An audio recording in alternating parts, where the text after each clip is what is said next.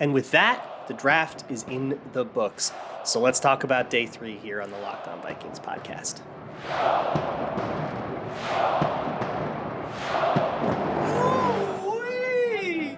You are Locked On Vikings, your daily Minnesota Vikings podcast, part of the Locked On Podcast Network, your team every day. What's up, everybody? Welcome to another episode of the Locked On Vikings podcast, part of the Locked On Podcast Network, your team every day. As always, I am your host, your pal, and the kid you copied off in math class. My name is Luke Braun. You can find me on Twitter at LukeBraunNFL. You can find the show on Twitter at Locked On Vikings. Thank you so much for making Locked On Vikings your first listen of the day, each and every day. Continuing here with all these special extra draft weekend episodes. We're doing one today. I'm going to do one tomorrow, and then I am going to take a much-needed week off. So we'll talk tomorrow, and then the next time we will talk will be next Monday. Just a heads up on that. But thank you all so much for hanging out for our night 1 live stream that we did, our night 2 little postcast that I did yesterday with Luke Inman. You can find those streams, I think, still on the YouTube channel. The Luke Inman one's a good convo. The day 1 live stream makes no sense if you're not watching along with the draft. But I guess you can watch it if you want. You can check all that stuff out as well as rebroadcasts, I believe, of all of the Locked On NFL live stream stuff too. But let's talk about day 3. The Vikings ended up making 6 picks in day 3, 10 picks in total. So Rick Spielman satisfied. And there was a whole bunch of trades. One thing worth mentioning, though, is they traded away their 4th rounder next year as part of one of the trades. So they're out a 4th rounder next year as it stands right now. But obviously they could get that thing back if they really wanted to. Seems like Kwesi is very interested in trading. Tomorrow we'll talk more about like the idea of the trades in general and some of the more philosophical things I think we learned about Kwesi in this draft. I think we learned a lot about what he values and how he sort of wants to navigate the board, kind of what the Wall Streetiness, how that manifests itself, how a stock trader navigating a draft board looks. And we kind of saw that. But for now, let's focus on the guys that they selected. And the first one came at pick number 118, traded up a little bit. They started the day with pick 122. They actually used next year's 4th and then this year's 5th to move up to 118 and keep 122. So at 118, they picked Akayleb Evans out of Missouri, spent most of his career at Tulsa, and then spent a final year at Missouri.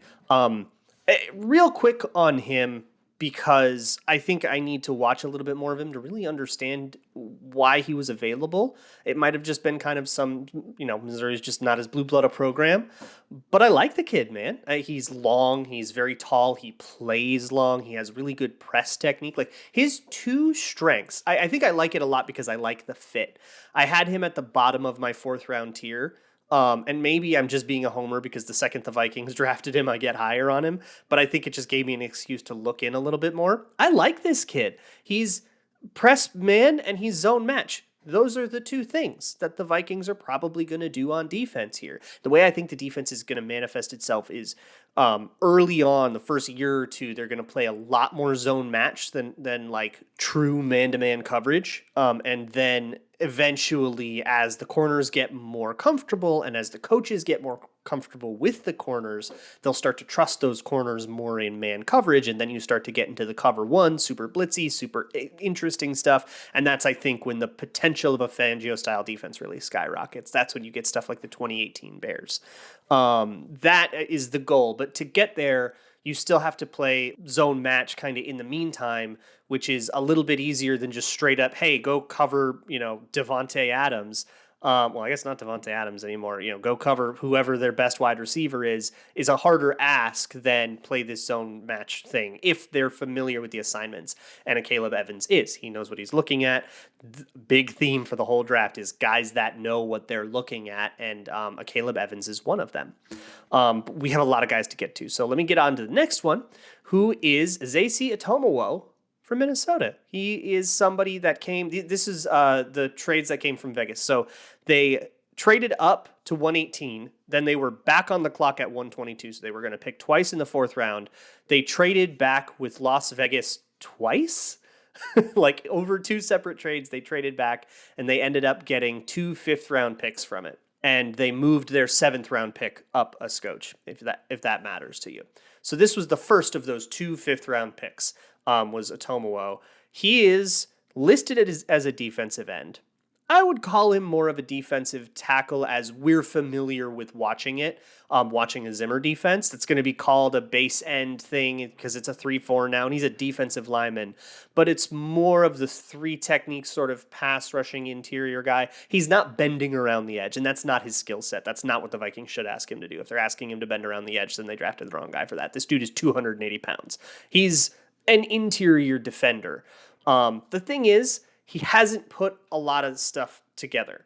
Really great dude. Followed PJ Fleck from Central Michigan to Minnesota. Very highly spoken of from a lot of different people. Daniel House, who covers the Gophers on his website, is a big fan and frequent guest on Locked On Golden Gophers as well. He really likes Otomewo. He's definitely got his fans. I think I need to come to understand more about him before I understand it, because I see a guy who's 23, played 5 years in the league, and never really put it together. I don't know what we expect to be different about year 6, if we just trust the Vikings coaches that much more than we trust the Gophers coaches.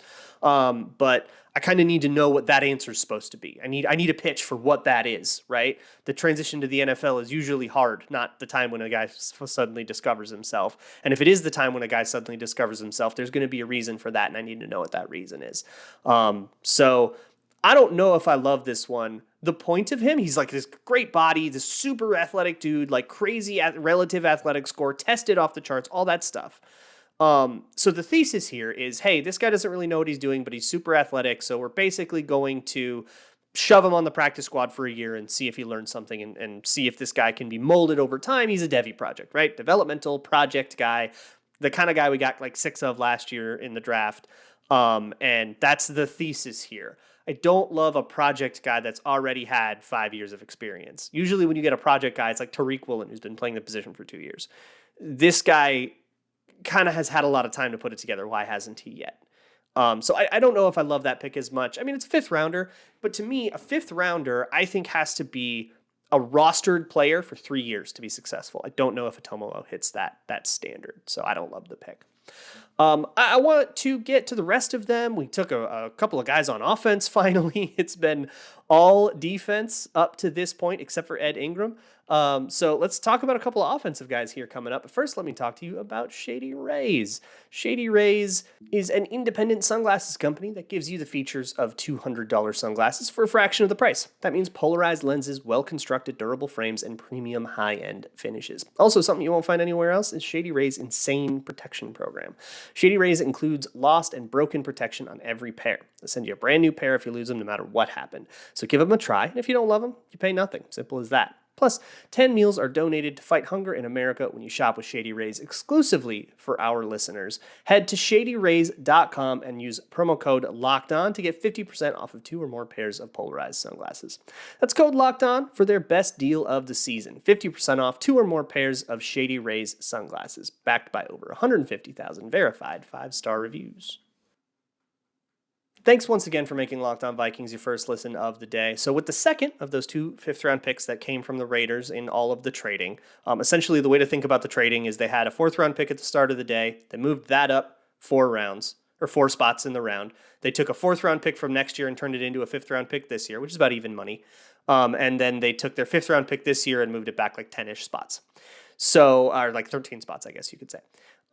So pick 169, the second of those 2 5th-round picks, was Ty Chandler, running back out of North Carolina. Interesting pick to take a running back. I think by about round 5, I start to get a little bit more okay with drafting a running back. Somebody has to play running back, right? A 5th-round pick is not a premium asset, and I think at the 5th round, like I said with Otomewo, if you're making the team, getting on the field for 3 years of the 4 in your rookie deal, I think you're a successful 5th-round pick. And I think running backs have a pretty good chance to do that, so it works for me. Very much a warm body kind of guy. He has a lot of straight line speed, a lot of home run speed. If you open a hole for him, he'll be able to get up to speed. But he's not making dudes miss in the open field. He's not turning 5-yard gains into 15-yard gains the way that Dalvin Cook does or anything like that. But he's familiar with zone, and very crucially, and here's the pattern, He knows what he's looking at. He knows how to read. He's very patient with his reads. He knows the gaps. And often that can be more important than how much straight line speed you have or how much, how good your 3-cone was or any stuff like that. Ty Chandler also has return experience. Probably not unseating Kene Wangu for that job, but the punt returner job's wide open. D.D. Westbrook had it last year. He's gone, so it's going to be somebody new this time. And it's as likely to be Ty Chandler as it is to be anybody else. So that's part of it there. But I think what's really interesting is now you start to see, and the roster is filled out. The roster is at 90 or maybe 89 players. Like, it is basically full. So we get to see what the position group is, and now we can start to sort of make projections. Okay, how easy is it going to be for this guy to make the team? It's not going to be that easy for Ty Chandler to make the team. I think he can, just because if he makes the right reads enough in preseason, he'll make the plays he needs to make, and as long as he can stay healthy, I think he can do it. But we just start counting and we start to see a problem, right? We got Dalvin Cook, we've got Alexander Mattison, we've got Kene Wangu, we've got Ty Chandler. That's 4 guys, 5 if you count CJ Ham. Oh my God, 5 running backs. That's kind of insane. They have done, the last few years of the Zimmer era, they did keep 5 running backs going into week 1. Going back to like Rock Thomas, Mike Boone, and then moments with like Amir Abdullah also being on and kind of making it on a special teams role. And that's kind of how it's going to have to happen, is that Ty Chandler is going to have to make it on a special teams role. That could be as a punt returner. That could be as somebody on kickoff coverage units. That could be on punt coverage units, punt blocking units.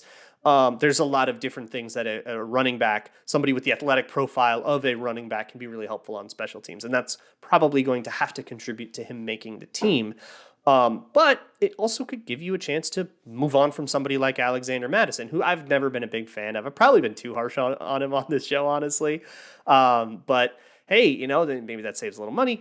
I've never been a fan of how Madison reads the field. He's going into year 8 of zone reads, and he still makes the wrong read often and ruins plays that way. And so somebody whose kind of strength is the opposite of that, I could kind of see that being a thing. And Kene Wangu's roster spot isn't going anywhere as long as he's the returner. So the competition functionally is more there. That kind of roster analysis stuff is something we have more time to talk about as we draw a little bit closer to camp. We start to see depth charts and stuff. But still, it's very interesting. But all that said, keeping 5 running backs, totally not out of the question. And I don't think the Vikings would be eager to cut Alexander Mattison. He's been the entrenched running back too for a reason. It's because he's better at the thing than Kene Wangu is. But moving on, the next pick is pick number 184. That's the pick they got from the Jets, which came in the Chris Herndon trade. Came back in the Chris Herndon trade. So they gave up that 4th, got this 6th round pick back, and they took Vederian Lowe, OT offensive tackle out of Illinois.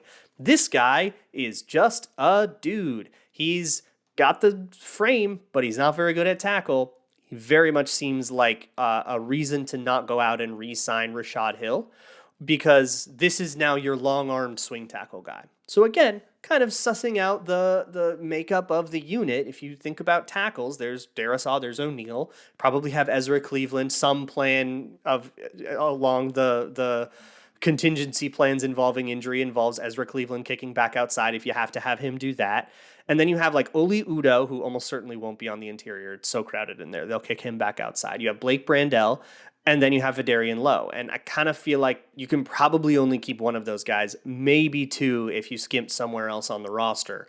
But that is sort of the competition. So now we have a really, really strong competition between 3 players for the swing tackle job. And both Brandel and Oli Udoh have at least shown some potential to be able to be rosterable at that job. Vederian Lowe is going to have to do it too. He's very experienced, but he's older. He is who he is. But here's the deal with these 6th round picks. Throwing a 6th round pick at guy who will just be the swing tackle for 2 years and then you move on from him, which is essentially, this is the exact same pick as the Blake Brandel pick. Just give me an experienced tackle who can be OT4, and Brandel was on the practice squad for a year, but he was available, and I actually think he did end up on the active roster in his rookie year eventually because of injury and COVID stuff. Just have a guy available. He's depth for 2 years and you move on, and every 2 years you just kind of got to figure out a way to spend a 6th round pick on a backup tackle. That's a pretty easy thing to get out of your 6th round pick, and a 6th round pick is like a 5th round pick but one less. I just need you to make the team for 2 years, and I find that to be a successful 6th round pick. So if Blake Brandel makes the team, I say, great, that's successful. I don't need anything else from him. If Vederian Lowe makes it for the next 2 years, that's it. But you're just kind of cycling picks through, and that's what this pick feels like to me. It's not very inspiring. I don't think this dude has a ceiling as a starter. I think this dude absolutely tops out as swing backup you hope you don't need. But there's a place on a roster for that as the fourth tackle. You're not going to have a starting quality guy down there, and that's kind of what this pick goes to for me. Two more guys, a couple of pass catchers. We're all offense here in the 6th and 7th rounds. They finally did it. They helped Kevin O'Connell's offense. Look, they needed to be that dedicated defense. Defense was so depleted and bad. They needed to kind of go like pretty much all defense to begin the draft. So I think that was an appropriate move, but it's still kind of funny. We'll talk about all of that, but first, let me talk to you about Built Bar. Built Bar is the #1 protein bar, best tasting on the planet. It's covered in 100% chocolate, comes in all sorts of delicious flavors, all the classics, chocolate raspberry, chocolate like brownie, there's a chocolate caramel one, and they also have their Built Puffs, which you got to go find on their website, as well as a bunch of other like specialty things that come around the website every once in a while. And these things won't knock you off the wagon. They taste like a candy bar. They'll satisfy that late night chocolatey craving, but you don't have to feel guilty about it because there's only like 130 calories in one of these things, like 4 grams of sugar. It's totally not going to ruin whatever you're trying to do. If you're trying to be good, get that swimsuit weather bod going. You're going to be fine. So head on over to built.com, enter promo code LOCKED15, LOCKED15, and you can get 15% off of your order, whatever it is. That's built.com, promo code LOCKED15. Moving on with this day 3 recap, I've got 2 more players to tell you about. The first one is, I think, my favorite pick of the day outside of Akayleb Evans. All the Otomewo, Chandler, and Vederian Lowe are all guys I don't see having a huge impact on the Vikings. They're just sort of depth. I like Akayleb Evans. I like Jalen Nailor, honestly. I didn't know about him. I hadn't looked into him before the draft, so this is all after the Vikings picked him. But looking into him, he has a really explosive highlight reel. He's kind of weird to figure out. So he ran a 4.5 at the combine. He has tape that suggests he is way faster than that. So I don't know what happened there. Maybe he got out of the blocks wrong or something like that. I'm not too concerned about the measured speed if the on-field speed kind of shows that like he isn't going to play as slow as he tested. And it's not a matter of, I mean, he was in the Big Ten. It was not a matter of like not being up against quality competition. You know, if he was a Chattanooga guy, that'd be different. But really good tested agility, and then kind of on the opposite end, his tape doesn't look as agile as he tested. So I don't know what went on with the testing there, but it seems like people just say he kind of needs to improve his routes. What that means, I can't answer until I like take the time to really go deep and like actually watch the Michigan State tape and see what's wrong with his routes and why isn't he getting enough separation and stuff. But for now, suffice it to say he could use a little polish. But he's kind of like a walking home run for Michigan State, and a lot of people really liked him. He was very explosive and had a lot of like big, long kind of runaway, breakaway touchdowns with speed kind of plays for Michigan State, and that's kind of exciting. Here's what I see for him. And I think the reason I liked a wide receiver on day 3 a little more than I liked a wide receiver on day 1, for one, I just didn't like any of the receivers that high. I just didn't think any of them like were worth it. And day 2, I probably would have taken one, but honestly, the opportunities to take a wide receiver this year were pretty abysmal. Most of the times when they would have taken a wide receiver, I probably wouldn't have liked it until we got down here where there's just so many options that all of them seem kind of fine. This dude has a very easy path to making the team. He has to like outplay Dan Chisena and BC Johnson and Blake Prohl, and then he's wide receiver 6. Like that's not that hard. It probably requires some special teams stuff, so he'll have to do that. But I think choosing a wide receiver to be wide receiver 6 is fine. The group of KJ and Jefferson and Adam Thielen and Amir Smith-Marset, that's fine. That'll do it. Adding a little bit of depth, a little bit of competition on that bottom end, I think was really what the group needed. And a top end guy, you just kind of need to get someone sometime before Adam Thielen retires, but I don't think that that's imminent. So that's where I'm at on the wide receiver thing. I'll talk a little bit more in detail about that tomorrow. But I like Jalen Nailor as a 6th round pick. Again, make the team for 2 years, and I think you're a good 6th round pick.